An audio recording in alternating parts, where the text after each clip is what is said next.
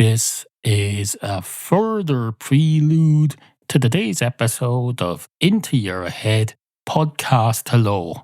Now I say a further prelude because I've already made a prelude, but for reasons which will become obvious because I'll explain them before the end of this sentence, that can't be the first prelude. The prelude that I've already made, the initial prelude, is still going to be part of the show, but there needs to be a further prelude in front of that for the following reasons. Now, this isn't a new sentence, so I'm not breaking my promise here that I would explain it within one sentence.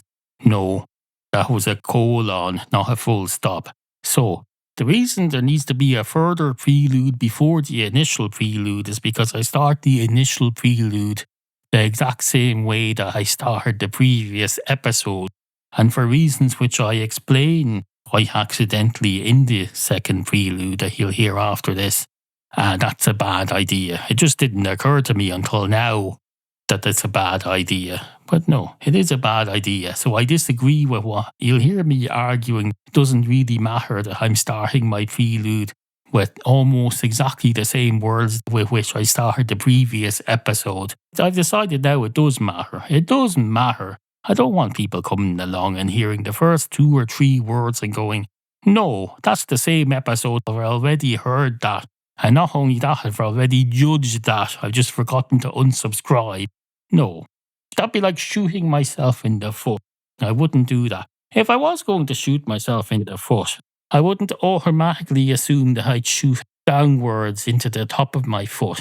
I'd consider all the options. I know this isn't relevant to the topic in hand, but there's more than one way to shoot yourself in the foot if you're going to do it, and I don't recommend doing it at all. Do not shoot yourself in the foot or anywhere else. In fact, don't even go and get your gun. Leave your gun wherever it is. Don't even think about where it is right now. I don't want you thinking about your gun at all. Don't think about it. I'm just saying, if I was going to shoot myself in the foot, I would think about it in advance. But when people talk about shooting themselves in the foot, they don't do any of that. Just shoot yourself downwards into your foot. And I suppose that's because you're doing it accidentally. They assume if you're shooting yourself in the foot, you're doing it either accidentally or carelessly.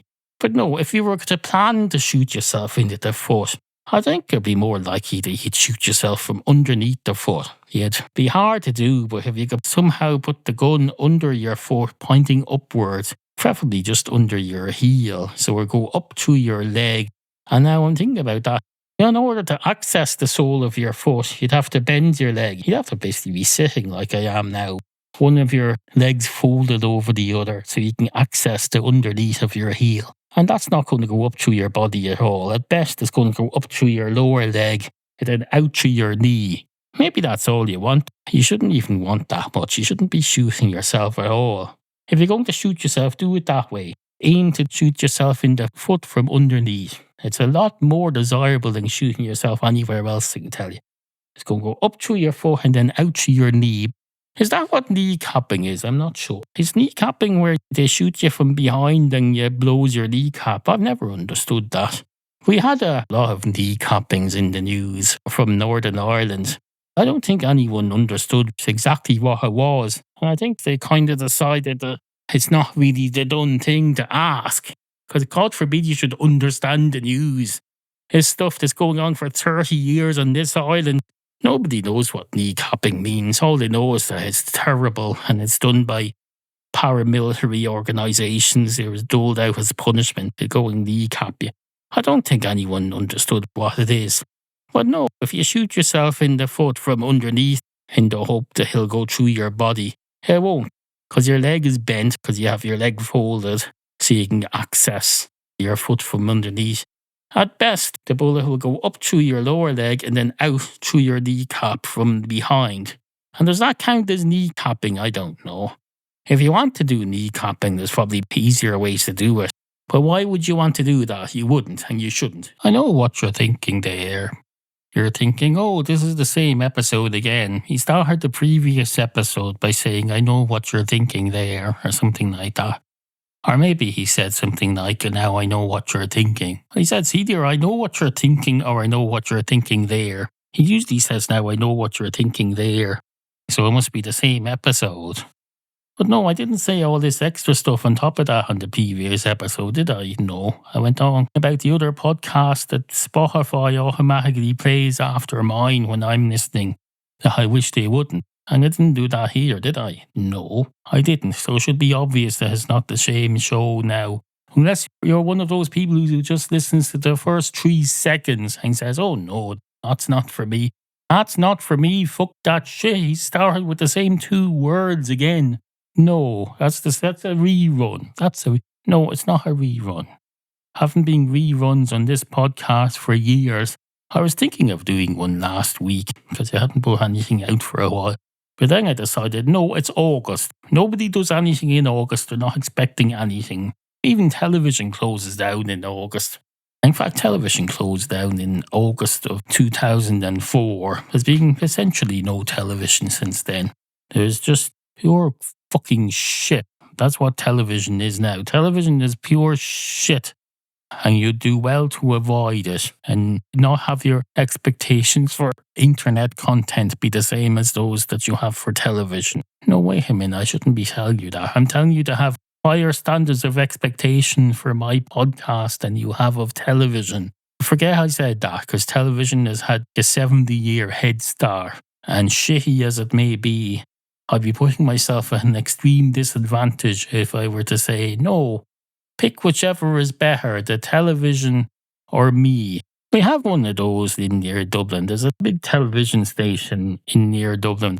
And that's how you know, if you're half asleep on the bus going into Dublin and you see the big mast, you think, oh, we're nearly there. We're coming into the city now. That's great. And then you think, my taxes are paying for that thing. You just appreciate it. There's a lot of cities in the world that would kill to have a television mast like that. Looks like the Eiffel Tower.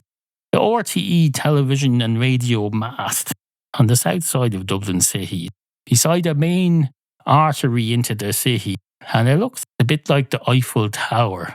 Now, whether that's coincidence or not, I don't know. Maybe that's just a good shape for something that doesn't fall down. I was watching the thing about the Eiffel Tower the other day. They were going to have a competition for a mast. The winner needs to build one that looks exactly like this, that happens to be exactly the same as the one that he's just designed. I'm not summarising it very well.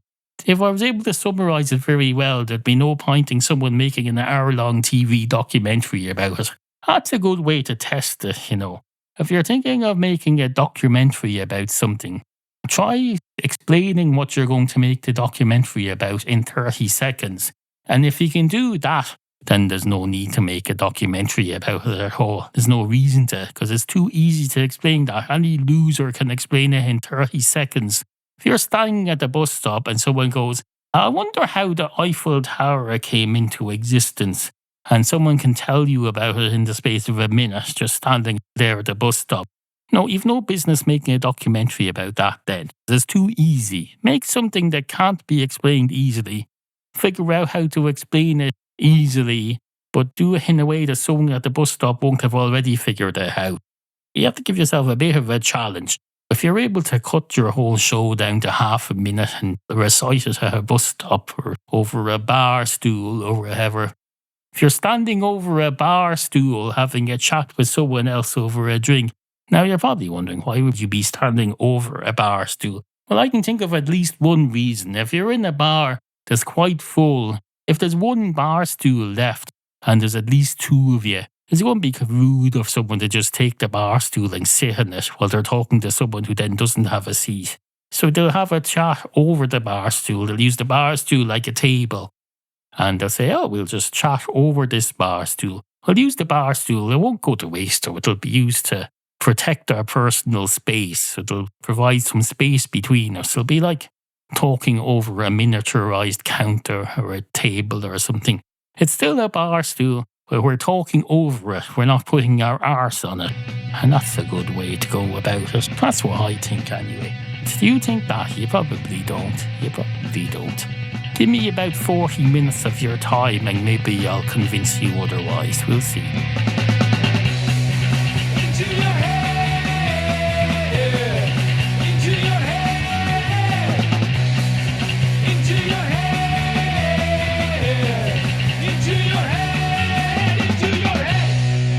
We've a lot to get on with today. Items that need to be attended to, issues that need to be addressed, topics. Topics. We've got lots and lots of topics.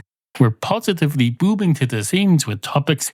We've got topics coming out of this air that surrounds me here. It's the same air I breathe every week. Recycled air, I presume, because I haven't opened the window in here in months. Why would I? There's no reason to be in here breathing air. I only come in here to record a podcast, and I haven't done that in over a month. It's not a place you want humans in at all. It's just a closed off room. There's a toilet in there too, behind the door, and that's got a window as well.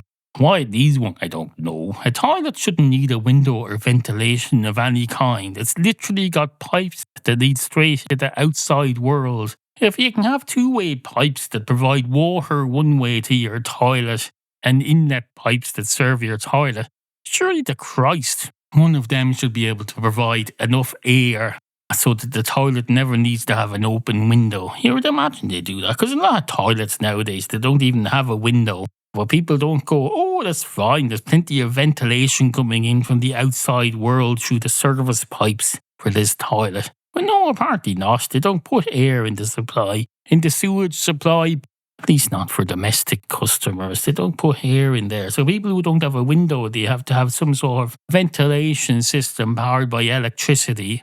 Or they're able to get electricity pumped right up into the toilet so you can power a big expensive air conditioning thing, then a fan. But no, apparently you can't just pump air in. You can pump water in, but not air. Water is made from air, isn't it? It's a H2O, so... Oh no, maybe not. Is the 2O thing not part of what air is? I thought it was, maybe. Maybe it isn't. Maybe my chemistry is very off regarding that. I just thought, surely to Christ in this day and age, we're pumping in water to wash our hands with. We're pumping in water, very powerful water, if it can flush down all the stuff that goes into that toilet. And I presume there's a suction thing, so it's like a vacuum pipe that sucks everything out of your toilet, so it uses less water.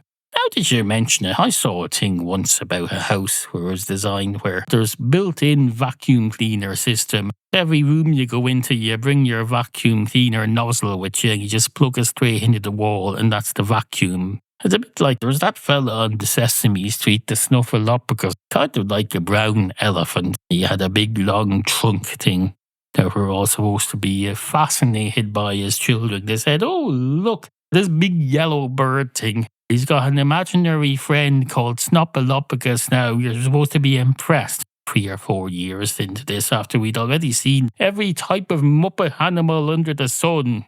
And we're supposed to be impressed by a brown elephant thing. When he was initially brought in, we were told he doesn't even exist. He's an imaginary friend of Big Bird. Well, no, not impressed by that at all. I was 4 or 5 watching that, and I was thinking, no, that adds nothing to the show. It adds nothing, absolutely nothing. We've already got talking blue things. We've got Grover, who's a blue thing. We've got the Cookie Monster, who's a blue thing. We've got Kermit, who's some sort of frog thing, who's very impressive because he holds down multiple jobs on different programs. We got Bert and Ernie, who are like humans in a comic book or something.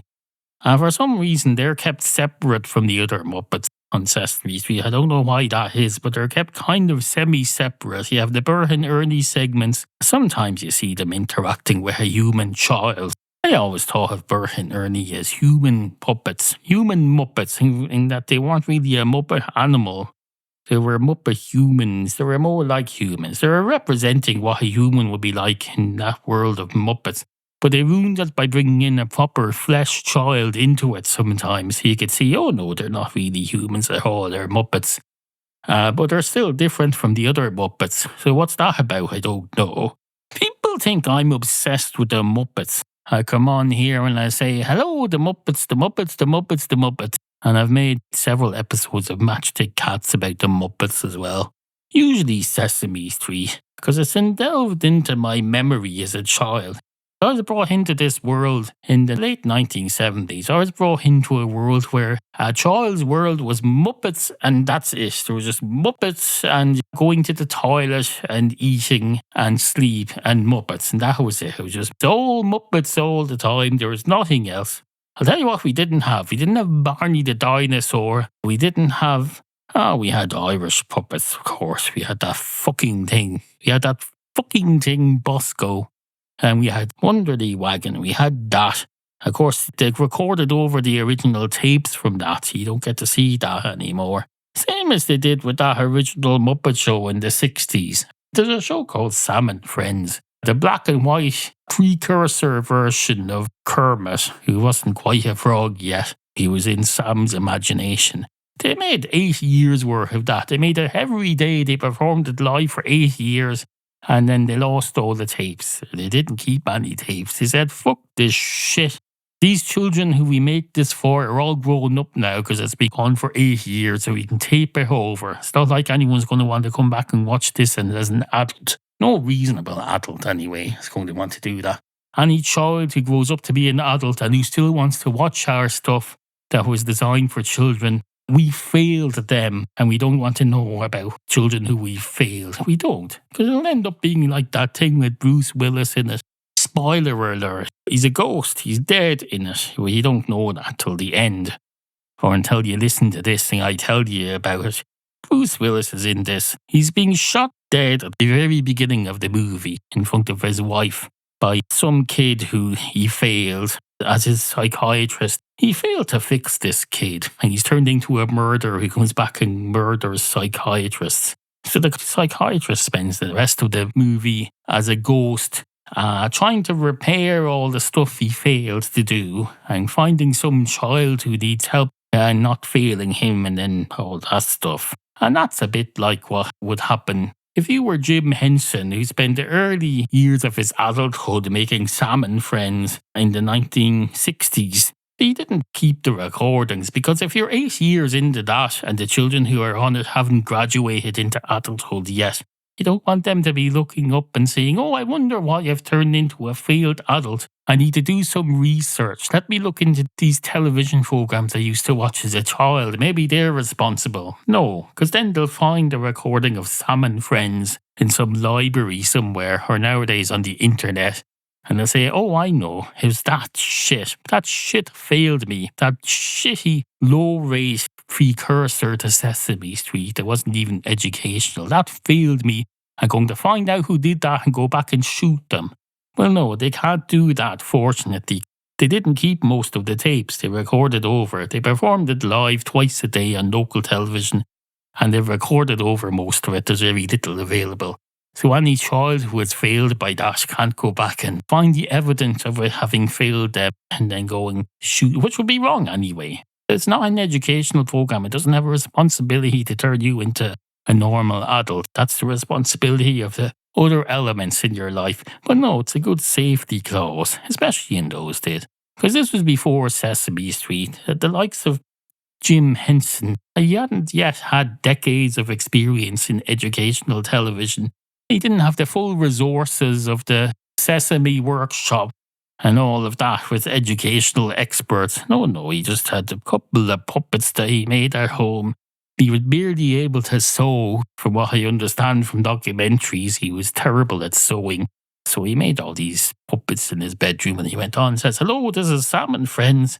Watch this for 5 minutes and then forget about it. Do not come back to this in 8 years and say, oh, I wonder what kind of an adult I've turned into. Have I turned into a good adult or a failed one? And if it's the latter, I wonder what has caused that. No, don't do that. Ironically, the failed children, they're the ones who end up in their 20s, who would have ended up watching the Muppet Show when it finally arrived. It was a much more complete representation of the whole Jim Henson project. Far more satisfactory, and they got to see that as an adult. They probably would have enjoyed it more as children. But Jim Henson would also have enjoyed not being murdered, so there's swings and roundabouts there. He turned out dead anyway, didn't he? Jim Henson turned out dead, so wouldn't have really mattered. There was nobody to murder anyway. Anyway, that's what happens on that Bruce Willis. Did I even give the name of the movie? No, because I couldn't remember it. I did a Match the Cats episode about that a couple of weeks ago as well, incidentally. Oh, what's it called? The kid goes, I see dead people. And the dead person goes, oh, do you? Is that right? That's a bit weird. I should probably get to the bottom of that as your child psychiatrist. Why are you seeing dead people? What did they die from? And it sounds really like you're just filling while you try to remember the name of the movie. And it's not really working. It's achieved nothing. It's achieved nothing. Just like you, my failed. Well, you're not failed yet. I'm failed. I'm the dead psychiatrist who's come back as a ghost and I'm trying to help you before it's too late. So no, you're not failed. Anyway, there you go. If you go to intoyourhead.ie, I've expanded the website now. It has several hundred episodes of Matchstick Cats, the webcomic. One of the latest episodes has a whole thing about that movie. Well, it's not all about that movie, but it has mentions it. I suppose it's not all about that at all. The ending has a bit about it, I suppose. I'm overselling it now. I'm going to keep this segment going until I remember what the name of that movie is. And I'm not going to look her up. It's the kid out of Artificial Intelligence. I remember that. But this wasn't Artificial Intelligence. This was I See Dead People. Maybe if it's good that I don't remember the name of it, because then I haven't totally spoiled it for you. Because you'll come across this movie, you won't recognise the name because I won't have said it. So then you won't know I've given it away. Maybe 20 minutes into it, you'll be thinking, oh, this looks kind of familiar. Is this like the movie your man was talking about on the podcast? Because that looks like Bruce Willis and he looks like, well, you won't know that he's dead yet. You're not told that until the end, so you won't know that it's about dead Bruce Willis. All you know is that Bruce Willis is in it. You haven't realised that it's about Bruce Willis as a ghost because you don't find that out until the very final scene. So no, you won't realise it's the movie I'm talking about. So no, I won't ruin it unless I remember the name. What's the name of that fucking movie? Let's try and work through this logically. A lot of movies are called The Something. So it might help me to just assume for a minute that it's called The Something and see if I can think of what The it could be. Would it be called The Ghost Psychiatrist? No. Could it be called The Ghost Dad? No. There's a thing called Ghost Dad or something that had Bill Cosby in it. I'm sure they don't want to be associated with that, which is just as well because they're not. And then there could be The Deadening. No. I bet you the name will come to me later while I'm editing this shit. And then you'll probably hear me over this going, I remember what the name is now, me of the past. The name of the movie is, and then you'll say the name. I might say whatever the name is. Let's say, for example, it's not, but let's say, for example, the name is The Fall Guy. You'll hear me coming in over this thing saying, the name of the movie is The Fall Guy, which is quite odd because I did actually reference my later self during this original segment recording. I imagined myself coming in later and saying the name of the movie is The Fall Guy. It's not The Fall Guy though, I know that. It mightn't even be there anything. Let's try something else. Let's try movies beginning with A. Is it A Ghost Dad? No.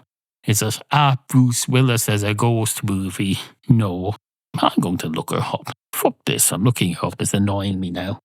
Ghost. Bruce Willis Ghost. Oh, I found it. I know the name of it now. Will I say it? Oh, well, it turns out it does begin with "the."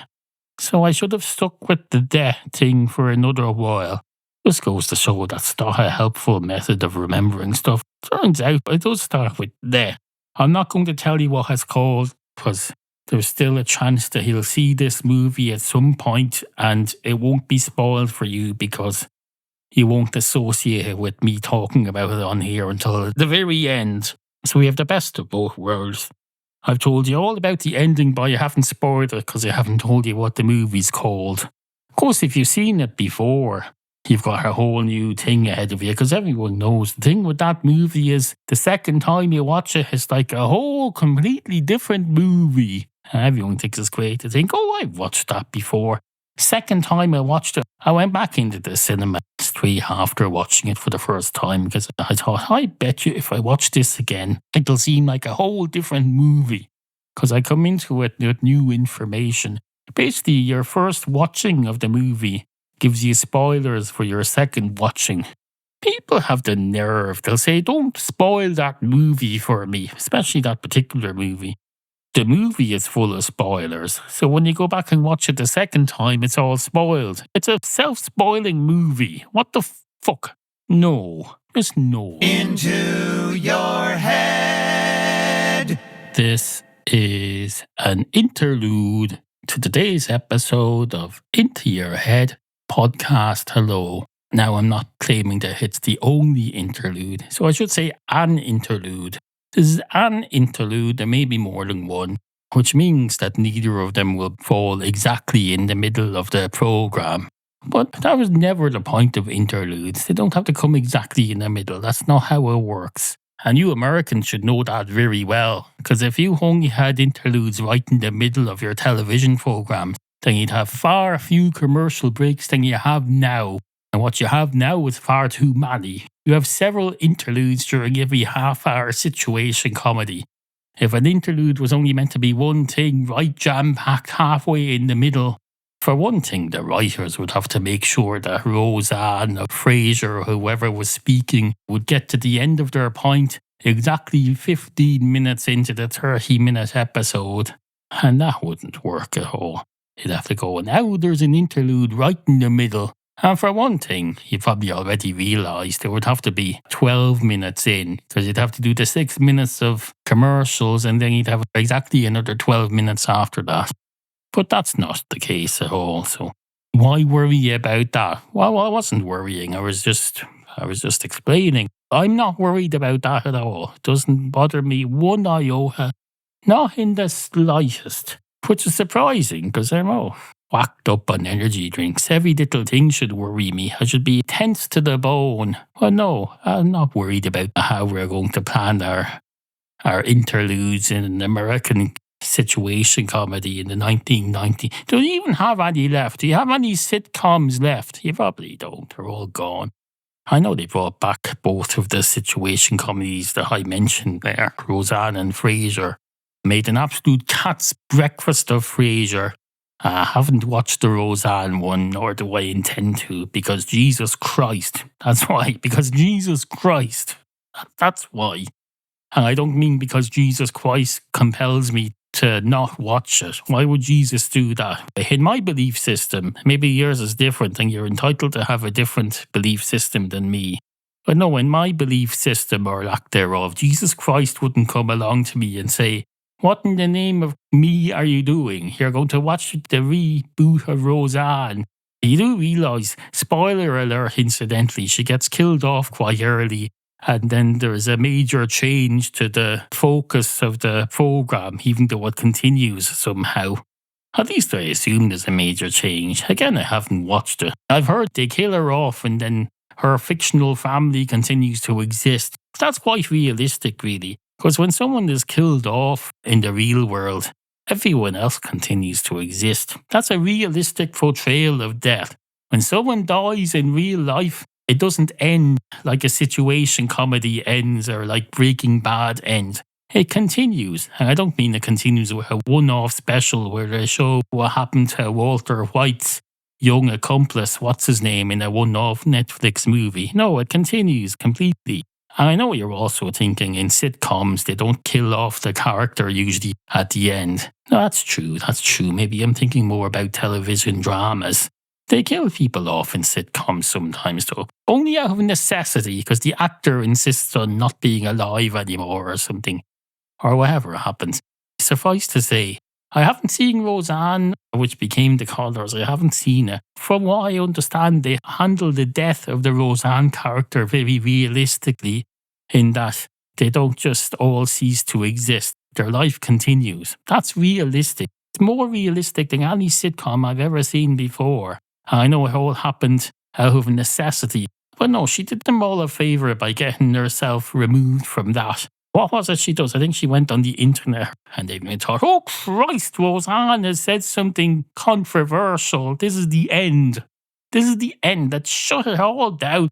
Well, we won't shut it all down. We'll shut her down. We'll kill off her character. But there's no reason to kill off the rest of the characters. It's not like a bomb has hit them or something. I suppose we could do that. Oh, I don't know. I don't know what sitcom viewers want. Do you? You probably do. Well, go and make one then if you're that great. Go and make a sitcom.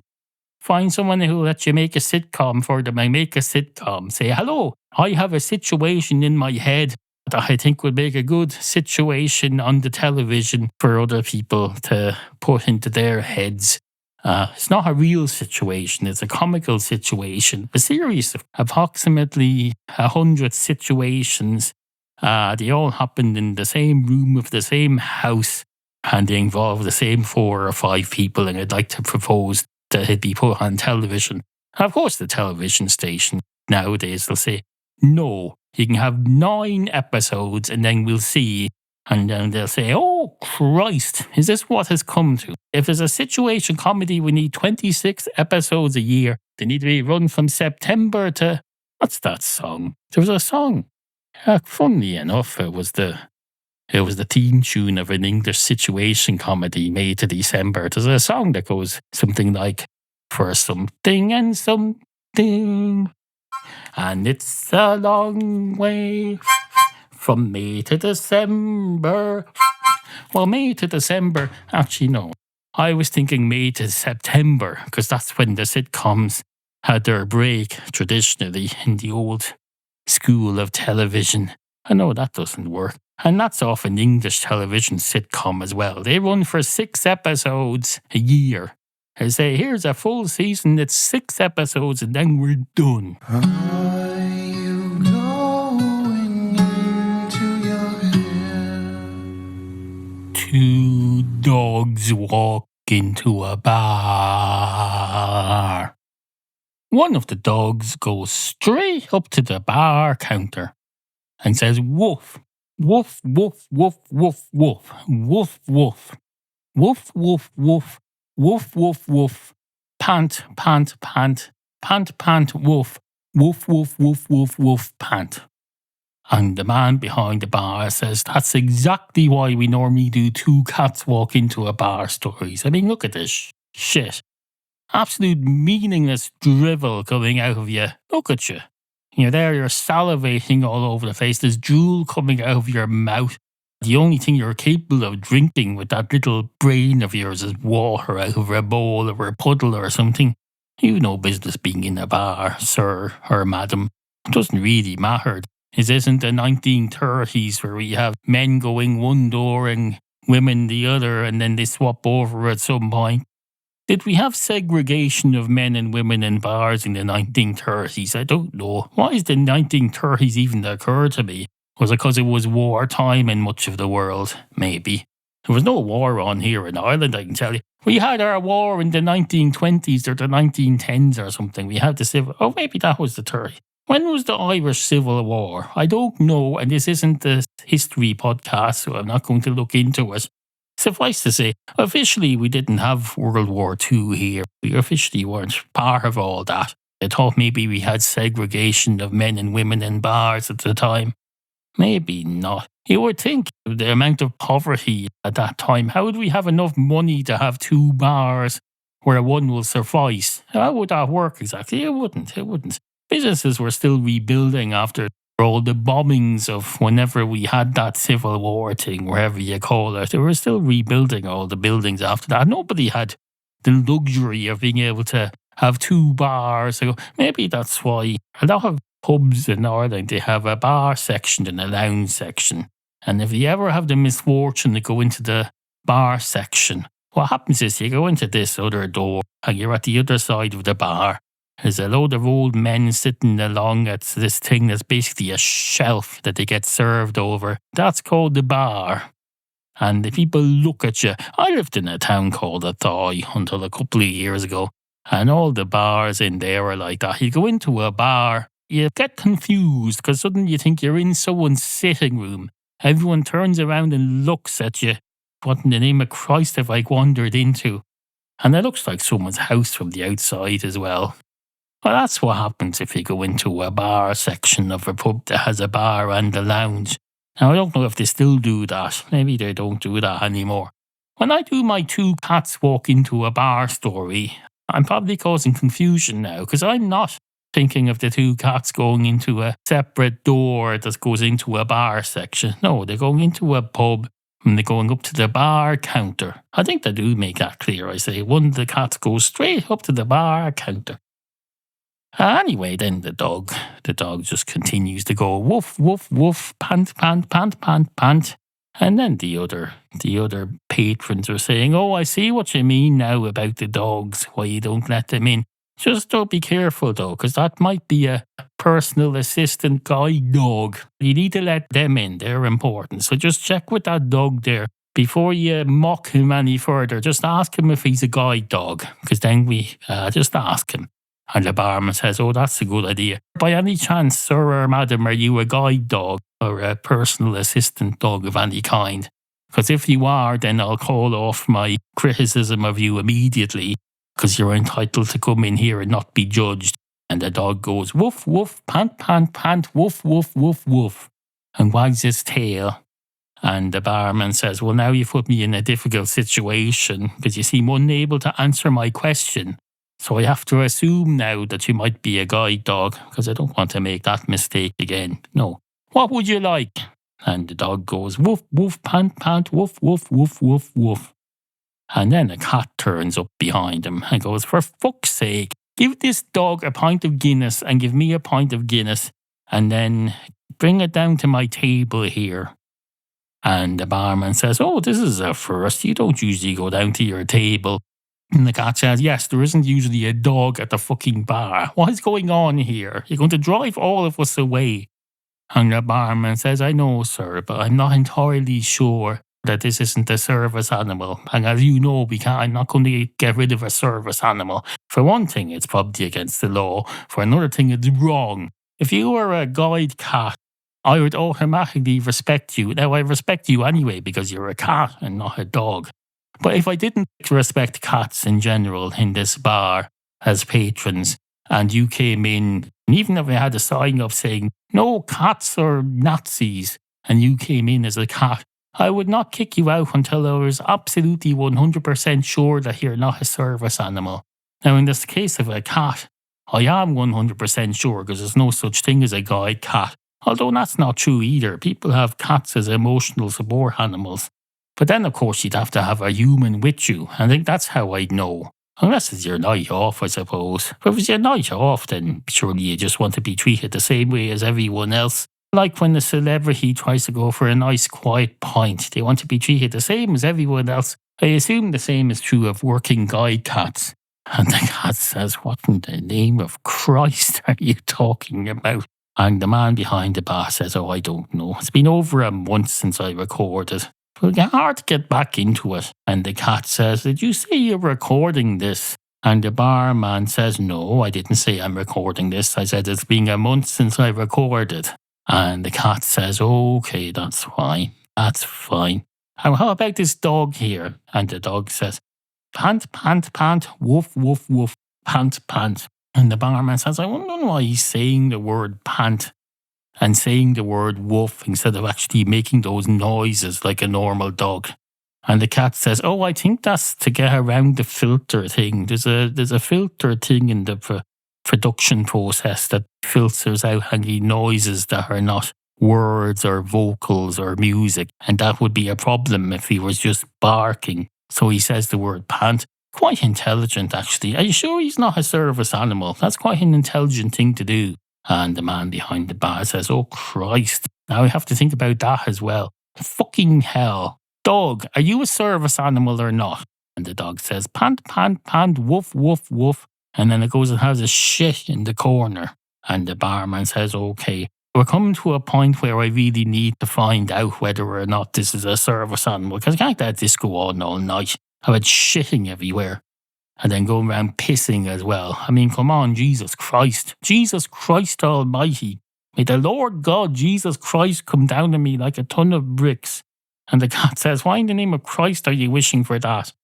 And the barman says, oh, that's a good point, actually. No, may the Lord God not do that. I don't want you to do that, Lord God. Don't. Just help me out here with this situation. And the cat says, I don't know how I can help you here. And the barman says, no, I wasn't talking to you. I said, the Lord God. And the cat says, I know, I assumed that means me. Who else would you be talking to? I'm the only cat here. And the barman says, this is fucking ridiculous. You know what I think I'll do? I think I'll just decide to close early and then everyone has to leave. And then I can't get in trouble because I'm not kicking anyone out early or anything. So yes, I'll just close up. That's what we'll do. We'll close up. And the barman closes up and a great night is had by all except his patrons. And himself, of course, because he's missed out on the night of takings. It's only 3 in the afternoon when he does this. But still, he gets a surprise night off. He just can't afford to do anything fun with it. This is an interlude to today's episode of Into Your Head Podcast Hello. Today's episode of Into Your Head Podcast Hello. It's underway. I'm not going to say it's well underway because I don't know yet whether it's well underway. It may or may not be. I suppose it depends on what I put in front of this. I have recorded a long segment to put in front of this, but whether it'll survive the production process, I don't know. It may turn out to be unusable dilge. Is that the word? Dilge? Wait. It was a dirge. Or what's the word? There's a word that people use that's something like dirge or dilge or pilge or something. I don't know. My sixth sense is telling me that it's dirge or something like that, but my sixth sense is also telling me that it's not quite that word, but it's something similar, and it's not coming to me. I think the 3 cans of energy drink are affecting my memory here. Or maybe it's the fact that no, it's not that. It's not that. I'm not going to say that even, because that's ridiculous. And no, it's not what you think I was going to say. No. And it's not the other thing that you think I might have been going to say if it's not what you thought I was going to say. And if you have a third thing that you think I was going to say, well, maybe you're correct about that. But you've left it now, so there's no way I can determine what the third thing you were going to guess was. Because different people will have different third guesses. You all go off in different directions. You'll all have your first guess, and then that'll be wrong, because it'll be the most obvious thing, and it's not that. And then you'll have a second guess at something that's probably slightly less obvious. Different members of the audience will have different guesses as their second guess. But you'll all be wrong about that. They'll all be slightly different guesses. By the time you get to your third guess, you'll all be going in different directions. Unless you're all exactly the same, which seems unlikely. No, your third guesses will all be different. Every one of you will have a third guess that's different. And you're nearly all wrong. Maybe there's 1 or 2 of you who are right, but you're probably not. I don't think so. I don't think you'd guess it. It's a bit like the spokes of a wheel. You all start, you have your first most obvious guess, and that's at the centre of the wheel.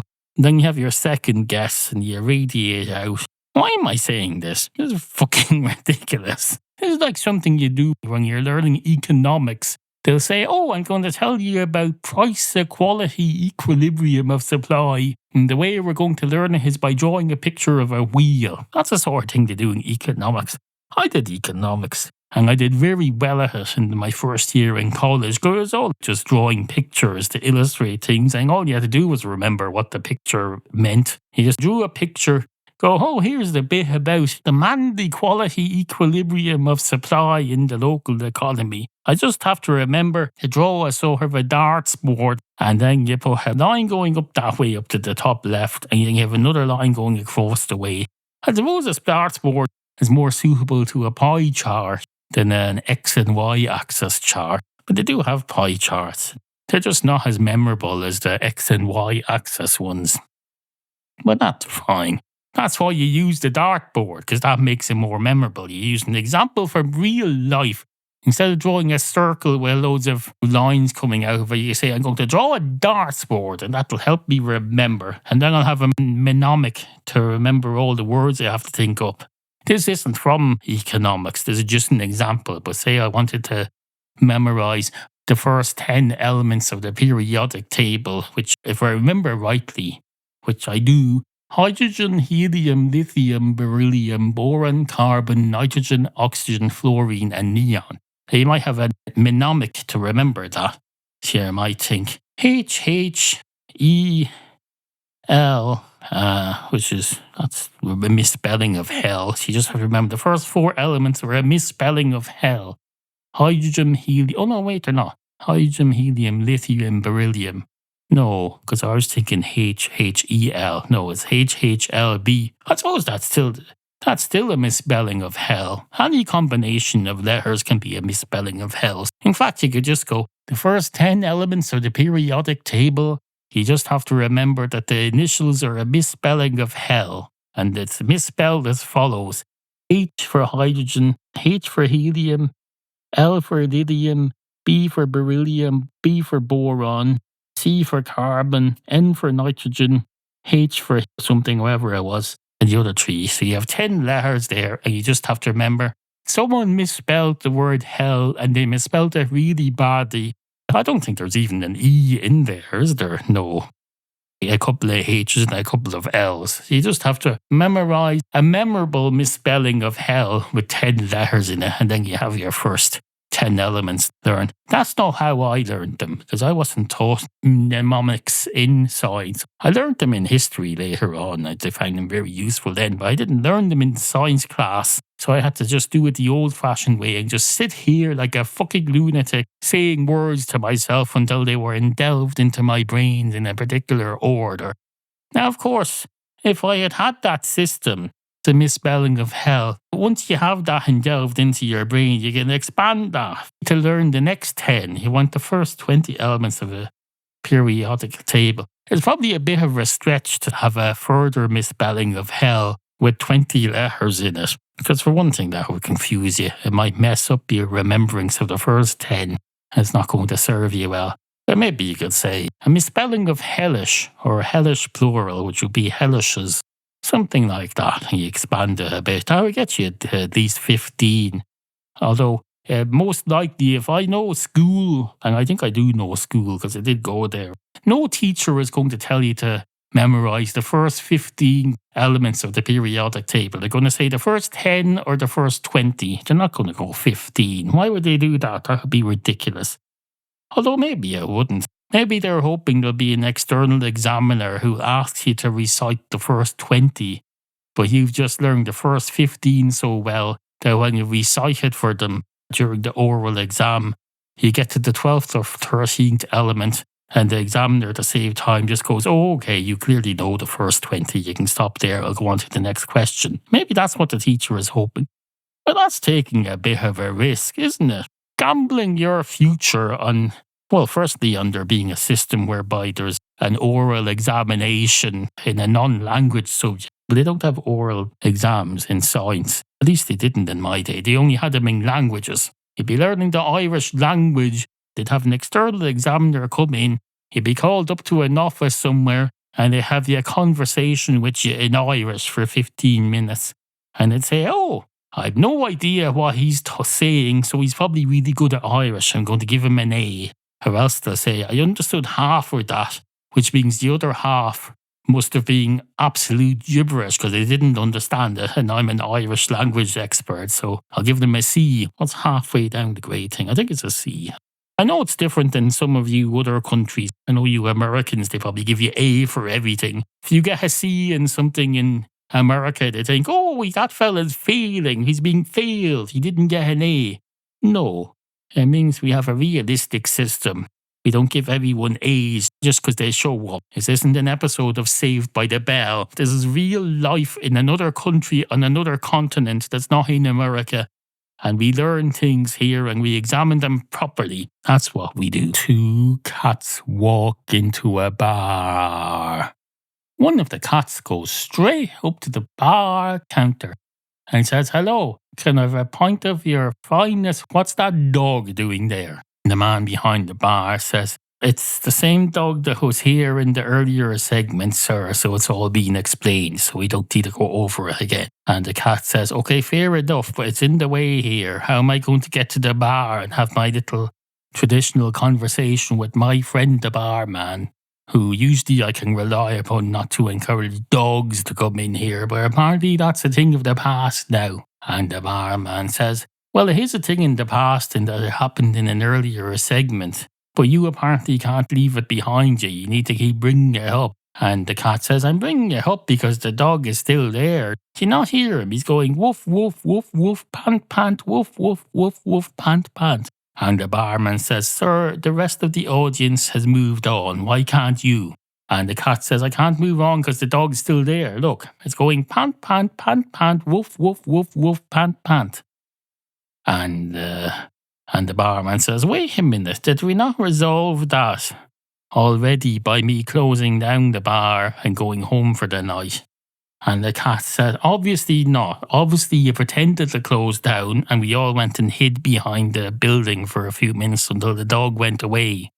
And then we all came back in. It was like having a little surprise party, except it's for ourselves. We all hid in the dark until the dog went away. And then we all jumped out from behind everywhere from our hiding places and went surprise at each other. We went, look, we're not really closed down at all. It's just, there's no dog. Here's a surprise, there's no dog. That's what was supposed to happen anyway, but there's still dog, look." And the barman says, "Oh yes, you're right, he's still there. Fuck.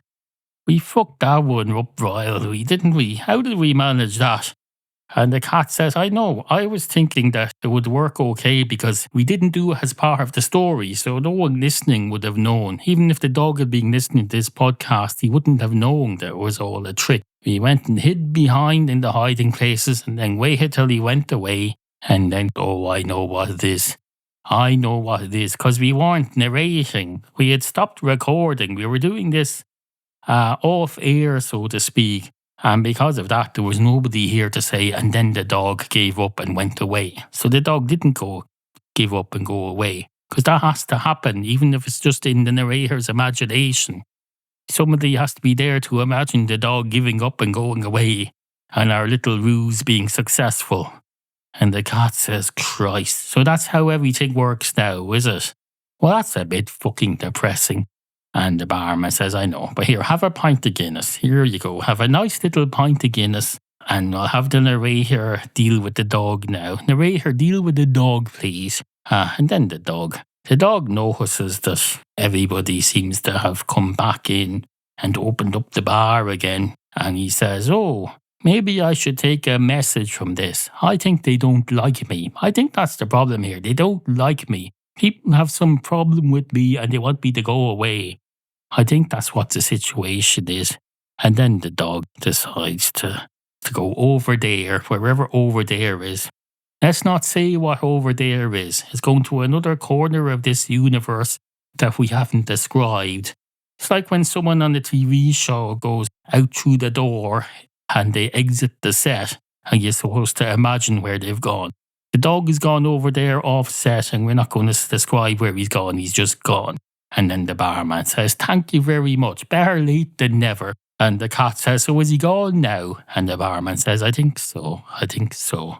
I think we just have to continue to imagine that he's not here and he'll continue not to be here." And the cat says, "Okay, that sounds a bit like that movie, that Inception movie. We're imaginary and in our imaginations we have to keep imagining the dog isn't here. That seems to be what you're saying." And the barman says, "Actually, no, that sounds ridiculous now that I think about it. No, let's just trust that whoever thought this up has now successfully removed the dog from the set." And the cat says, "Fair enough. Fair enough. Wait, that's not Guinness." And the cat says, "I know, that's a pool of piss. The dog just had a piss on the floor here. You hardly think I'd put your beverage in a puddle on the floor, would you?" And the cat says, "No, I thought maybe I'd spilled it. Or maybe I don't know. Maybe something I don't know. Maybe something I don't know. Maybe something I don't know. Maybe something I don't know. Maybe something I don't know. Maybe something I don't know. Maybe it's about to snow." And the man behind the bar says, "Is that an Oompa Loompa over there?" And the cat says, "I beg your pardon." And the man behind the bar says, "Just joking, sir. You broke into song and it sounded a bit like what the Oompa Loompas do on the Willy Wonka Show. You know the Willy Wonka Show, you've probably seen it. The Willy Wonka television program. It's not on very often. They do a new episode every 30 years or so. The first one had Gene Wilder as the star. But then it went away. They made a new one 30 years later. It was like when they had Spin City and Michael J. Fox had to retire and they brought on Charlie Sheen. They did a new episode of Willy Wonka with what's his face. And the cat says, is this podcast just going to be all Willy Wonka and Sesame Street for the rest of its natural existence? And the barman says, I don't know. And the cat says, fair enough. Let's just say it's the first podcast back after a month away and we're warming up and it'll be better next time. And the barman says, that's a bit of a defeatist attitude. Let's say it sounds shit now, but when you edit it, it'll sound much better, as it often does. And the cat says, I don't know if that's going to work this time. And the barman says, would you stop with the fucking attitude? You're bumming everybody out. You're worse than the dog. And the cat says, you did not say that. And the barman says, yes, I did say that. I said it. You're worse than the dog. You're bumming everyone out. You're bumming everyone out. At least when the dog pisses everywhere, you see a puddle and you can avoid it. When you piss everywhere, you do this magical spray thing. It puts your essence everywhere, like it's some sort of eau de toilette. Except you put your eau de toilette on everything, and you don't find out while you go to lie down. You smell your pillow, and then you go, oh Christ, he's put some of his eau de toilette on my pillow. At least the dog is open about it. There's a puddle there, the dog pissed.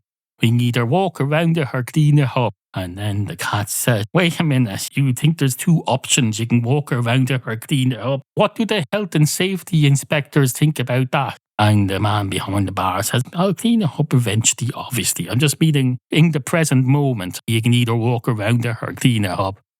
And even if you did clean it up right now, you'd probably still walk around the space for a while because it needs to dry and stuff. And you probably don't feel like walking into an area that you know had a puddle of piss on it just now. All I'm saying is that at least the dog leaves an easily definable area of piss. You cats just fucking spray. And you don't find out about them until you get up one morning and you go and sniff something.